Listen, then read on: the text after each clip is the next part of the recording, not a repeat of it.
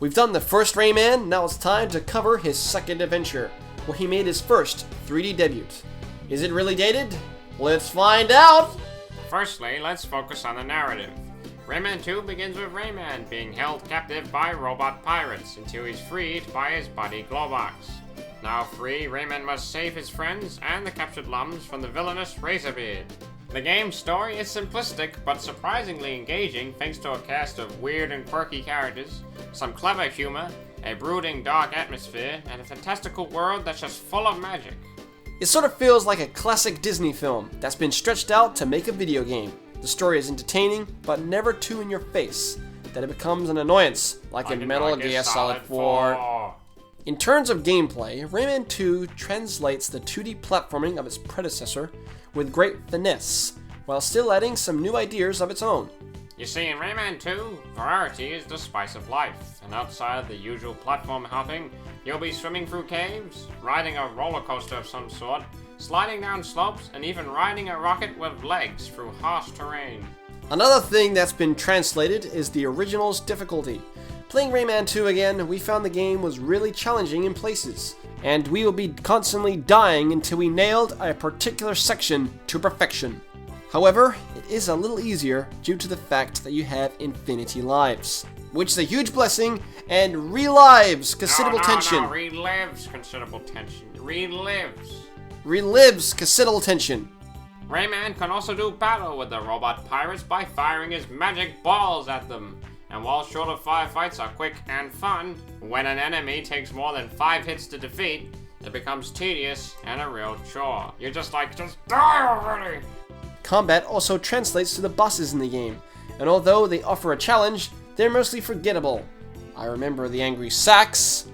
I do not remember the fire boss. All this comes together in a tight, packaged platforming experience that offers a lot of fun for players of any age. But if you have arachnophobia, you might want to steer clear, as the spiders in this game are friggin' scary. Just look at them. Ah! Control-wise, Rayman seems loose, but is actually surprisingly tight, quick, and responsive. Whether he's jumping, swimming, jet skiing, well, whether he's just about doing anything. Except the rocket and sliding parts, as here, he feels loose and sloppy.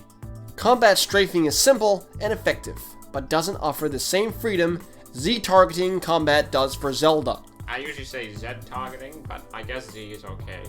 Graphically. Yes, graphically, I just can't get that word right. Rayman 2 does show its age here and there with numerous blurry textures everywhere, poor lip syncing, and primitive and laughable water effects. Despite these glaring flaws, the game still has a certain charm to it, and the world Rayman inhabits and the people he meets is still weirdly engaging and memorizing thanks to its terrific art direction. Rayman's world is unlike any other and proves that no matter how dated the graphics, great art design will always prevail. The music is whimsical and enchanting, and perfectly coexists with the worlds Ubisoft has created. Despite the tunes fitting the mood of each level, none of them stand out as particularly rememberable. It's good music, but it just doesn't reach the lofty heights of, say, Danland from the first game. So looking back, Rayman 2 shows some age in the technical side of things, but aside from that, the game is still an entertaining and fun platformer full of a ton of variety, challenge, and unique and interesting world worth exploring. So, is it really dated? The answer is no.